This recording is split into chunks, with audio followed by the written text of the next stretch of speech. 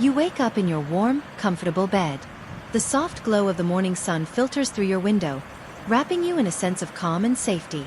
The familiar smell of breakfast lingers in the air. You stretch, yawn, and smile, knowing that today is just another ordinary day. You have a family you love deeply, a job you've worked hard to earn, and dreams you're slowly building for the future. Life feels safe, predictable, and secure. A life you've come to trust. But by the end of that very same day, everything you know is gone. You are ripped away from your home, dragged out into a world you no longer recognize. Your name, the very thing that defines who you are, is stripped from you and replaced by a cold, meaningless number.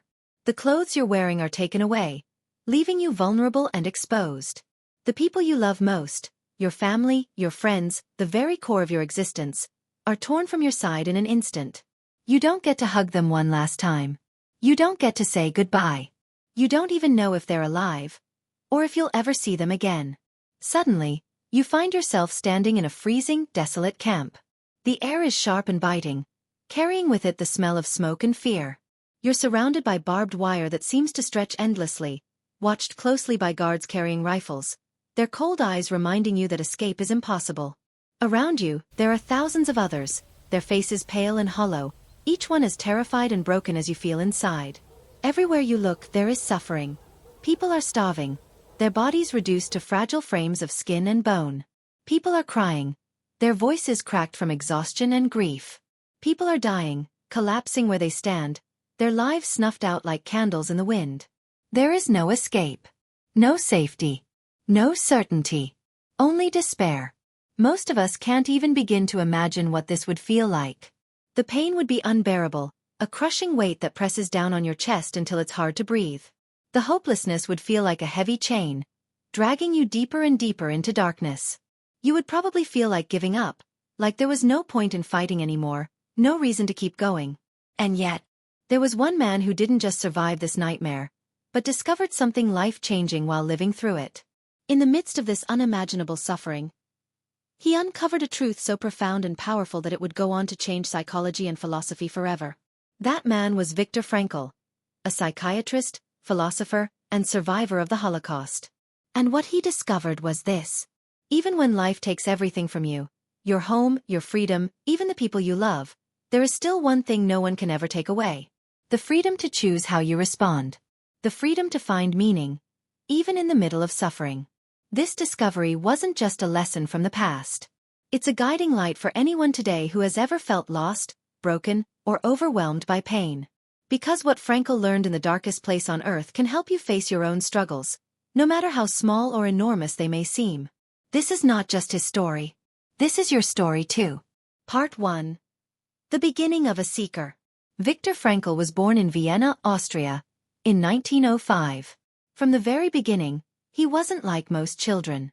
While other kids were busy playing games or chasing after toys, young Viktor was captivated by a deeper question. What makes life worth living? He was endlessly curious about people, about the inner workings of their minds, the emotions they felt, and the invisible struggles they carried. This deep curiosity stayed with him as he grew older and eventually blossomed into a passion for psychology and psychiatry. As a young medical student, Frankl quickly stood out. He wasn't only interested in the physical health of his patients but in their inner worlds, their thoughts, their fears, their sense of purpose. He believed that to truly heal a person, you had to understand not just their body, but their soul. At that time, psychology was dominated by two powerful schools of thought. Sigmund Freud, the legendary psychoanalyst, believed that humans were primarily driven by the pursuit of pleasure. According to Freud, everything we do comes from a desire to seek comfort and avoid pain. Alfred Adler, another great thinker, disagreed. He argued that humans were motivated by power and control. In his view, people are always trying to overcome feelings of weakness by striving to be superior. Both ideas were groundbreaking, and both held some truth. But as Frankl listened to his patients and observed their struggles, he began to notice something neither Freud nor Adler fully captured. Many of his patients weren't simply seeking pleasure or power. They were searching for meaning. They wanted to know that their lives mattered. They needed to believe that their pain, their sacrifices, and their efforts weren't for nothing. This realization sparked something profound in Frankl's mind. He began to form a revolutionary idea. The primary drive of human beings is not pleasure or power, but meaning. This insight would later become the foundation of Frankl's life's work. But before he could fully develop his theory, the world would descend into chaos. And Frankl himself would be thrust into a storm of suffering beyond anything he had ever imagined. Part 2. When life turned into a nightmare. In 1942, Viktor Frankl's life changed forever. Nazi Germany had taken control of Austria, and because Frankl was Jewish, he became a target along with millions of others. He and his family were forced from their home, stripped of their belongings, and deported to concentration camps. First, they were sent to their Scienstadt, and later, Viktor was transported to Auschwitz. A name that would forever be etched into history as one of the most horrific death camps the world has ever known. The conditions were beyond comprehension. Prisoners were starved until they were little more than skeletons wrapped in skin. They were beaten, humiliated, and forced into grueling labor in freezing temperatures, with barely any food or rest. Disease spread rapidly, and death was everywhere. Every single day became a brutal battle just to survive. Frankl watched in horror as people around him began to lose hope. You could see it in their eyes, a silent surrender to despair. Their shoulders would slump, their voices would fade, and their will to live would slowly wither away. And once that inner flame was gone, the body soon followed. But amid this sea of suffering, Viktor noticed something extraordinary. There were a few individuals who managed to endure, even under the same unbearable conditions. They faced the same hunger, the same pain, and the same cruelty, but they didn't give up. Why? Because deep within them, they carried something powerful. A reason to keep living. A vision of someone they loved. A dream of a future they still believed in. A sense of purpose that gave them the strength to survive when everything else was lost. Part 3. The power of having a why.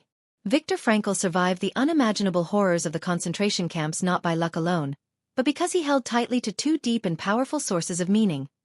Two unshakable reasons to keep living when everything else was falling apart. The first was love. Frankl deeply, endlessly loved his wife, Tilly. Even though they were brutally separated in the camps and he had no way of knowing if she was alive or dead, that love became a light in the darkness. In his mind, he would see her face as clearly as if she were standing right in front of him. During the coldest nights, surrounded by misery and death, he would close his eyes and picture her smile. He would have silent, imagined conversations with her, speaking to her in his heart when his voice could not be heard. He would envision walking into a room one day and seeing her again, their eyes meeting, her arms wrapping around him in safety and warmth. This simple act of imagining her gave him hope. It reminded him that there was still something beautiful and pure beyond the barbed wire and brutality. It gave him a reason to fight through each agonizing day, no matter how impossible survival seemed. The second source of meaning was his life's work. Before the war began, Frankl had been writing a book, one that contained his revolutionary ideas about human beings and their search for meaning. That book was unfinished when he was imprisoned, but his vision for it never left his heart. Inside the camp, surrounded by death and despair, Frankl made himself a promise. If he survived, he would finish his work. He would share his discoveries with the world so others could find hope and purpose, even in their darkest and most painful moments. Every time he felt like giving up, every time his body screamed for rest and his spirit trembled under the weight of suffering, Frankl would think of these two things: his beloved wife and his mission to help others. He told himself, "My suffering will not be meaningless. If I endure this, if I survive, I will turn this pain into something that matters. I will use it to bring light to others who are lost in the dark." This belief wasn't just a thought. It became his lifeline. It gave him strength when everything else had been stripped away. It gave him a reason to take one more step, breathe one more breath, and live one more day. Part 4. Survival through meaning. As the war dragged on, the nightmare continued to claim countless lives. Around Frankl, people perished every single day, starvation, sickness, exhaustion, and despair consuming them one by one. Even his own family was not spared. Most of his loved ones, including his beloved Tilly, were tragically killed in the camps. When liberation finally came in 1945, Viktor Frankl emerged as one of the few survivors. But freedom brought with it a new and crushing weight. Though the gates of the camp were opened, Frankl carried with him a deep grief that seemed impossible to bear. He had survived, but at a devastating cost. He had lost almost everyone he loved. The world he once knew was gone, replaced by ruins, both outside and within himself. At that moment, Frankl faced a choice. He could surrender to bitterness and hatred. He could let his pain harden him, turn him cold, and allow despair to claim what little remained of his soul. Or, he could do something far more difficult. He could transform his suffering into purpose. Frankl chose the second path. He decided that his survival must mean something. He would not let his suffering, or the suffering of millions of others, be in vain. Frankl began to teach the world what he had discovered in the darkest of places. Even in the most hopeless, unbearable situation, a person can still find meaning. And when you have meaning, when you have a reason to keep going, you can endure almost anything. From this truth, he created a new form of therapy that would help countless people for generations to come. He called it logotherapy, a word derived from the Greek term logos, meaning reason or meaning. The central idea of logotherapy was profound in its simplicity. Life is never unbearable because of circumstances. It is only unbearable when there is no meaning. In other words, it's not just the pain itself that destroys you. It's the belief that your pain serves no purpose, that it's empty, random, and meaningless. Once you believe there's a reason behind the suffering, you can endure it with strength you didn't know you had. Part 5. The 3 Paths to Meaning. Frankl went on to explain that there are 3 primary ways for a person to find meaning in life. These paths are not complicated, yet they hold the power to transform the way we see ourselves and our struggles. The first path is through work or achievement. When you create something valuable, or when you dedicate yourself to a meaningful goal, your life gains direction and purpose. It doesn't have to be something grand or world-changing. It could be writing a book, starting a business, raising a child, or simply doing your job with care and integrity. The key is that your efforts matter. Not just to you, but to others as well. When your actions contribute to the world in some way, even in the smallest of ways, you begin to feel that your life has meaning. The second path is through love and connection. Love has the power to give you strength you never knew you had. When you love deeply, whether it's a spouse, a child, a friend, or even a stranger, you find reasons to keep moving forward. Love allows you to see beyond yourself. It gives you a glimpse of something greater, something worth fighting for. Even in the camps, Frankl witnessed how thoughts of loved ones gave prisoners courage to endure unimaginable suffering. When you live for someone you love, your life takes on profound meaning. The third path is through suffering itself. This is the most surprising, and perhaps the most powerful path of all. Because sometimes you cannot escape pain. Sometimes, no matter what you do, the situation cannot be changed. But even then you still have a choice. You can decide how you face that suffering. You can choose to endure it with dignity, courage, and resilience. By doing so, you transform the pain into growth.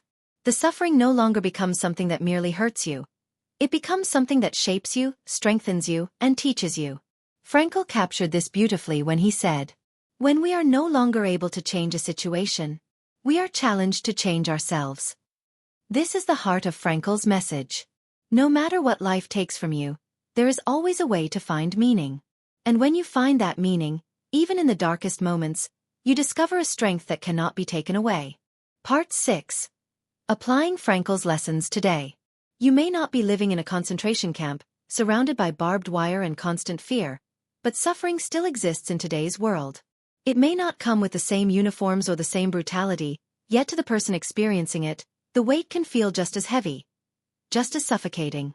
For some, suffering comes in the form of heartbreak, the devastating loss of someone you love, leaving a hole in your chest that nothing seems to fill. For others, it appears as depression or anxiety, a constant inner storm that makes even the simplest tasks feel impossible. It could be financial struggles, waking up every day unsure how you'll make it through the week. Or perhaps it's a deep feeling of emptiness, a haunting question that whispers, "What's the point of it all?"